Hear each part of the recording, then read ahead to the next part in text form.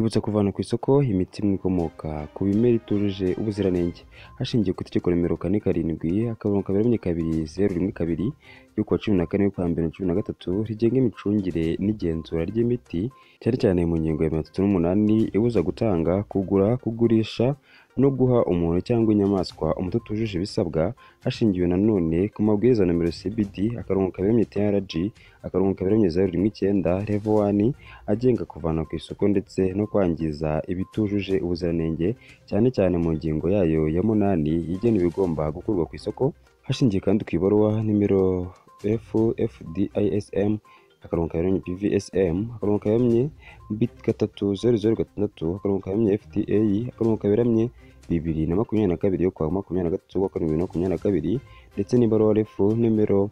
FDISM/PVSM/41933/FDA/2022 yo kwa 30/12/2022 yavanaga ku isoko imiti ikozwe mu bimera itujuje ubuziranenge. Ibisubizo bya laboratwari ku mpagararizi zapimwe byagaragaje ko iyo miti ikomoka ku bimera ivugwa muri izo baruwa itujuje ibipimo by'ubuziranenge, bityo ikaba yaravanywe ku isoko. Rwanda FDA yongeye kwibutsa abantu bose ko imiti iri ku mugereka w'ibaruwa cyangwa se annexe yose yakuwe ku isoko ndetse ko abantu bagomba kwirinda kuyikoresha. Rwanda FDA yibutsa abatunganya, abaranguza, abadandaza imiti ikomoka ku bimera gusaba ibyangombwa bibemerera gukora ndetse no gucuruza imiti ikomoka ku bimera mu Rwanda FDA ndetse no kwandikisha imiti yabo nk'uko bisabwa n'amabwiriza mbere yo kuyicuruza. Rwanda FDA iributsa kandi ko bibujijwe kwamamaza imiti ikomoka ku bimera izindi serivisi z'ubuvuzi utabiherewe uburenganzira n'inzego zibishinzwe.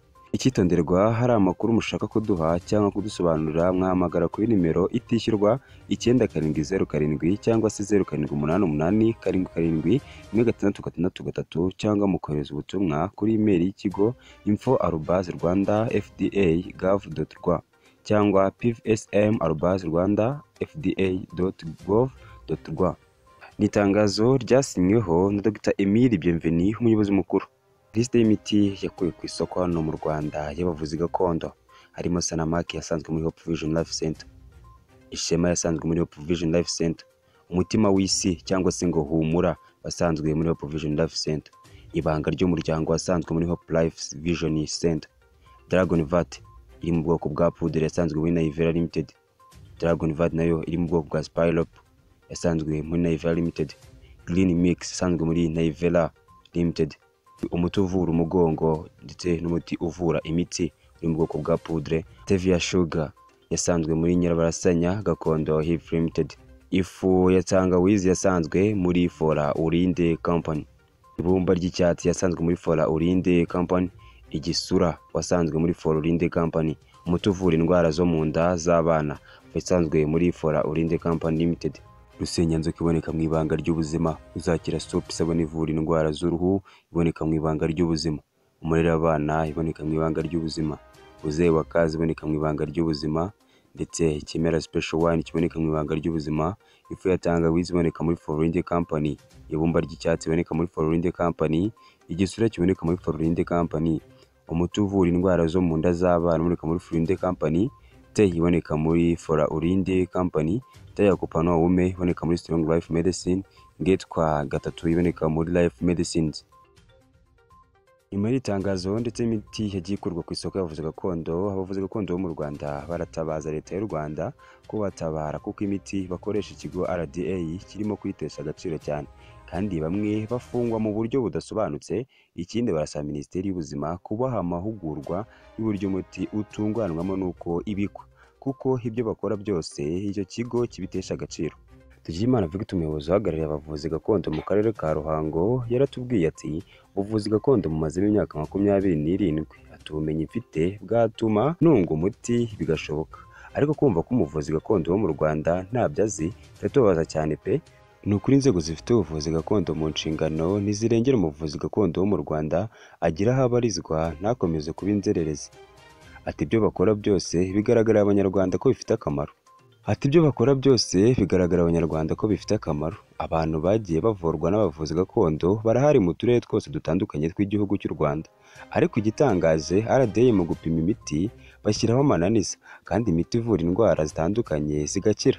Ati ahubwo inzego z'ubuyobozi ntizidufashe kugabanya akajagari k'abavuzi bazunguza imiti mu muhanda, ariko abafite aho bakorera bafite ubumenyi bwatuma batunganya umuti neza barahari.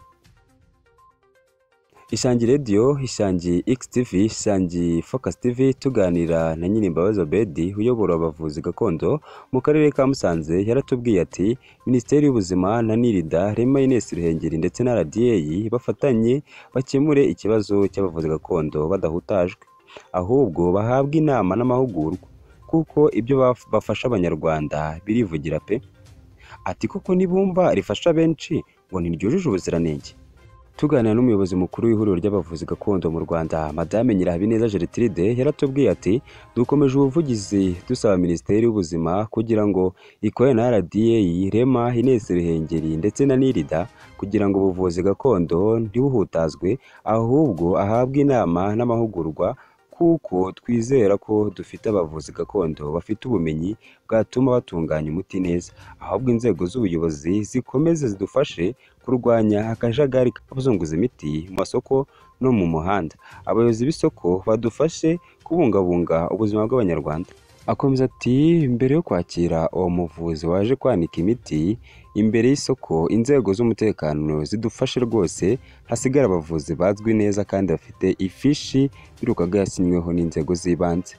Intwari z'urusha intambwe yagiye yubaka inzego uko zikurikirana guhera ku isibo kugeza ku rwego rw'igihugu, ndetse duha umwanya turavura turakora nta tegeko turabimushimira. Ni nayo mpamvu tugomba guhora dukangurira abantu bakora uwo mwuga gufatanyiriza hamwe. Twaba twashyizeho ingamba zikomeye kandi zikakaye zo kugira ngo hagire ibihagarikwa, hagirwe ibirandurwa, abantu bahindura imyumvire, babeshywa bakanyurwamo bakabwirwa